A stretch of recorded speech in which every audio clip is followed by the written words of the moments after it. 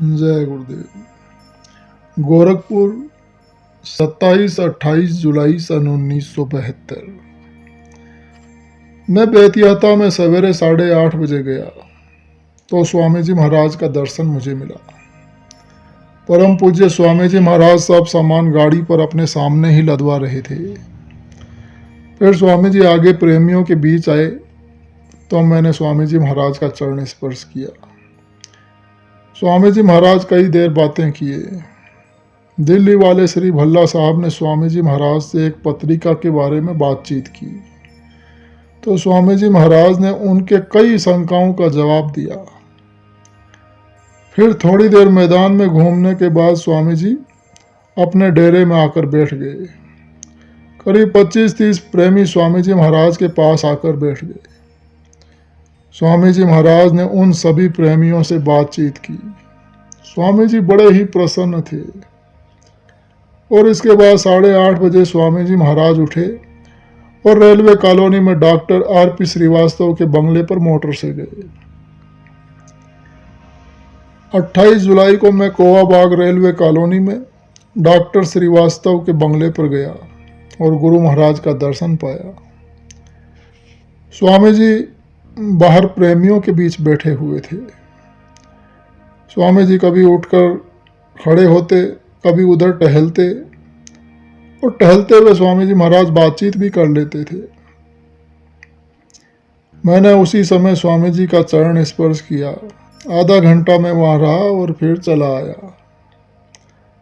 दोपहर 2:30 बजे मैं डॉक्टर श्रीवास्तव जी के बंगले पर गया तो स्वामी जी महाराज बाहर ही मैदान में एक चारपाई पर बैठे हुए थे। चारपाई पर कोई भी चादर नहीं डाली गई थी।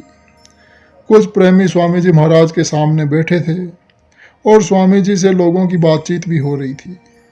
इसी समय मैं स्वामी जी महाराज के पास जाकर उनका चरण स्पर्श किया। इस पर स्वामी जी महाराज मुझे बहुत तेज डांटे और बोले कि बीच में बात करते हुए बात काट देते हो, दूर से प्रणाम करते नहीं बनता।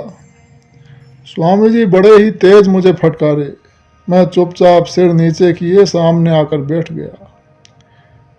स्वामी जी से प्रेमी ब्लिट्ज अखबार में स्वामी जी महाराज के विषय में जो समाचार छापा गया था उसके बारे में बात कर रहे थे।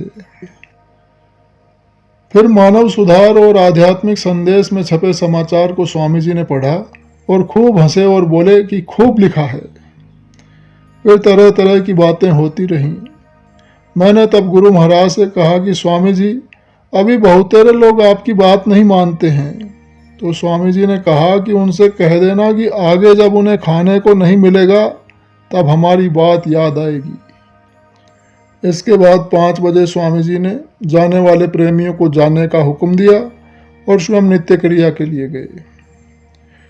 फिर लगभग 6:30 बजे शाम को स्वामी जी महाराज बाहर निकले और कुर्सी पर आकर बैठ गए और टेप रिकॉर्डर लगाकर पूर्णिमा सत्संग का प्रवचन सुनवाए। उस समय टेप रिकॉर्डर नई चीज थी। फिर तरह तरह की बातें होने लगी। बड़ा आनंदमय माहौल रहा। रात में मैं अंदर गया शीत प्रसाद के लिए। मेरे पीछे 3-4 सत्संगी बहनें भी गई। तभी स्वामी जी महाराज अंदर से निकले और मुझको देखते ही बहुत जोर से डांटे और बोले कि कभी उधर से घुस जाओगे तो कभी इधर से घुसोगे, कुछ समझ में नहीं आता है कि कहाँ कैसे रहना चाहिए।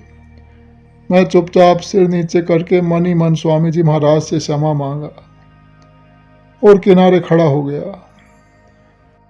थोड़ी देर बाद स्वामी जी महाराज ने बड़े ही प्यार से मुझसे कहा कि थोड़ा ध्यान रखा करो। परम पूज्य स्वामी जी महाराज बड़े ही दयालु हैं। जय गुरुदेव।